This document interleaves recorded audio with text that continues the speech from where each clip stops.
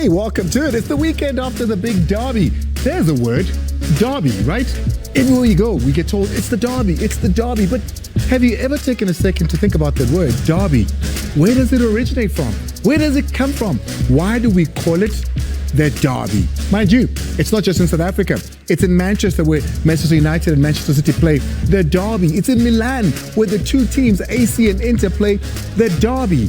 But why do we call it the derby? Well, you're going to have to go back to the 12th century. In England, there's a town called Derbyshire. Derbyshire, right? So you might think, oh, Derby, there it is. Well, Derby is named after an Old English word that is deer by, because there's a lot of deers in Derby.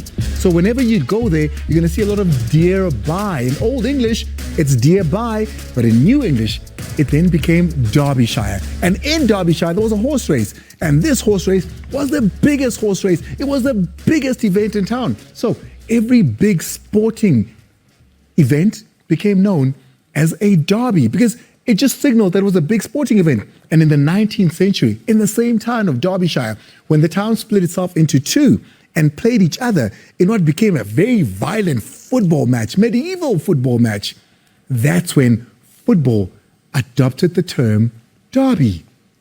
Did you know that? I did not know that. So it originates from horses. Yeah. From a small town called Dearby, which then became Derby, Derbyshire. I don't think you find that one online. I think you checked in an encyclopedia. That one needed an encyclopedia. Well, with that being said, the big derby played on the weekend. Doggy, are you okay, my friend? Good evening, Maki. Good evening to our viewers. What gig is that? I know he's right. He's right. I must say, you know, what I saw on Saturday and what I heard, it's painful. I never thought in my life I would hear Kaizer Chiefs supporters how they feel. I never thought. It's something that I never thought would be born. Hold that thought, Doggy, okay. Because I don't want you to cry yet. I need you to cry in the middle of the show. So we'll get to that. Mark, as a spectator and a lover of the game, talk to me. Was the 90 minutes derby worthy? Again, you expected drama. We got drama. Yeah. You expected an atmosphere that was there. I know, you know, a lot of people saying there's a team that didn't show up for the derby, but do we take credit away from the other team that was really good on the day? So, yes, I still believe we were entertained. And ultimately, that's what the derby is about. Indeed, we're going to be taking you through the derby. We're going to focus on Kaizer Chiefs. We'll look at every element, including a masterclass on that game. And, of course, the other big game on the weekend was Mamelodi Sundowns taking on Sekhukhune and putting the pressure on Orlando Pirates, who've taken their place back at number 1 in the league. There's big news coming with Mazola. Another coach bites the dust. Big question mark. But speaking of question marks, there were decisions made on the day that particularly Kaizer Chiefs fans want answers from. And for answers, the principal.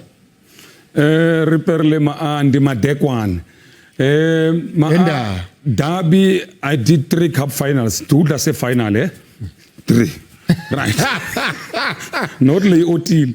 Right. In the derby, there's a penalty appeal by Da Silva there. So, ungawari, this is Soccer Zone. It's Monday. Tamala. Then Tina Zokchela could do hiyo lega Da Silva or uya diver angas, but I will go to the FIFA law book and bring it home so that see that and then today. Thank you so much. That'll be coming up. Siyathandwa ukuthi la uhleli khona ekhaya ke usufundile ukuthi ni derby sifuna ke umbono wakho ngayo iderby. Sicela usitshele ukuthi wena ngokubona kwakho Orlando Pirates nayo iKaizer Chiefs njengoba sibhaqabulo kabuhlungu yilona ibhakani impofana umubuka isho ukuthini masiya phambili into yePirates nayo iKaizer Chiefs. Umbono wakho ekuyeni phambili sikhona ke kuinkundla zokuxhumana neinkundla zobuhlobo SABC Sport kuyo yonke indawo. Mazola Mlefe has got the news.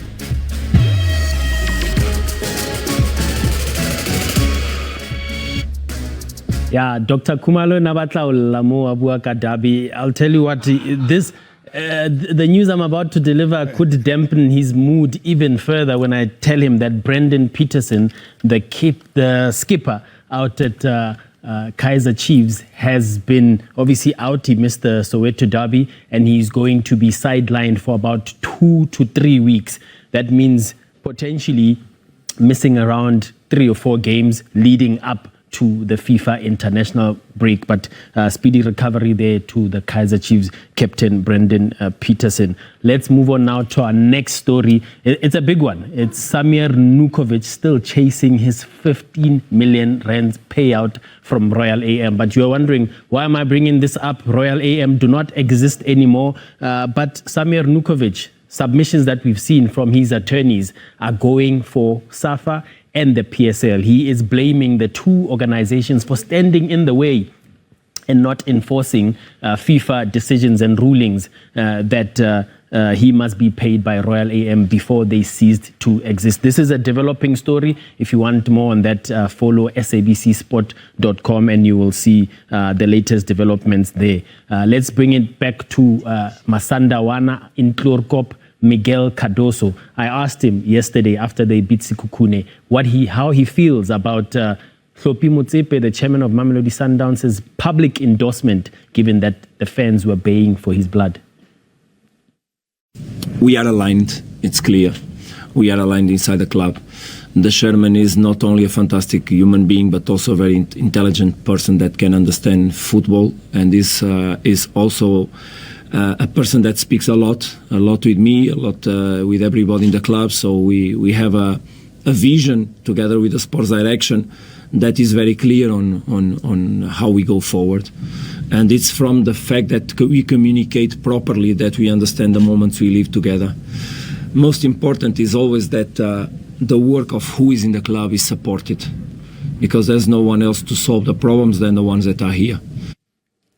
While there's an alignment at Nurkovic, I'll tell you there isn't one at Marumo Gallants, the club coming out earlier today that coach Alexandra Lafite put on ice allegedly for insubordination and a few other disciplinary concerns there. And thereby the coach is not going to be in charge in the upcoming games. They are going to then bring in an interim coach or someone who will take over permanently. The Husk, I'm going to bring this to you. We are told John Maduka, one of the candidates to potentially take over for the rest of the season. Good decision to freeze the coach, so to speak. It's a very interesting one and a difficult one because, I mean, this is the one coach we were raving about at the start of the season and how well he was doing with Marumo Gallants, even got them to a cup final. But the problem is they lost that cup final, and including the cup final, have lost 7 in a row. So they've lost every game since the return. And so it's a tough one. So from the management perspective, the results haven't been good enough, but they also lost key players in the break, Chabetsana and Msendami, 2 Pirates. Did they replace them with adequate replacements? You know, can you fault the coach? It's a tough one, but that's the nature of the game. If you're not producing the results, unfortunately, this is bound to happen. Yeah, no, let's move on from now. I was going to come to Dr. Khumalo, but I'll leave it for him to dissect it a little bit later. I want to move on to the next story now, which concerns Safa and a landmark sponsorship or partnership with Standard Bank. And I'll let Safa CEO Lydia Munyepao explain what this entails. For us, it's such a relief, you know, to have Standard Bank coming on board.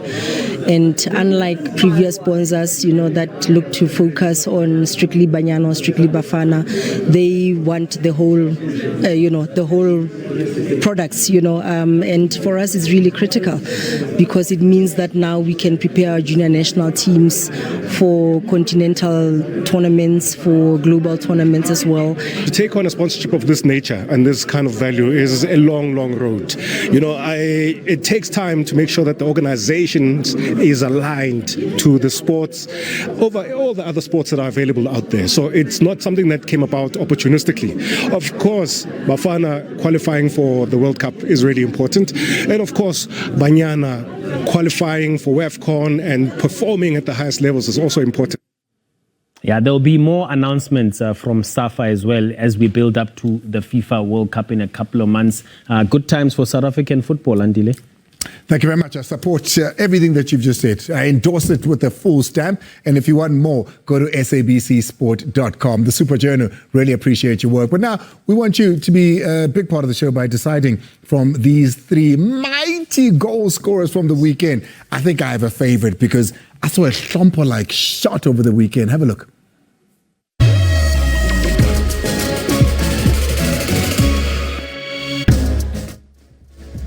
Devin Titus with an absolutely delightful goal in midweek. That coming against Kaizer Chiefs to get the winner and guarantee Stellenbosch the 3 thoroughly deserved points. And then Matuludi, Doc. Matuludi, what a scorcher, Make. Wow, what a goal. Agamuvanga.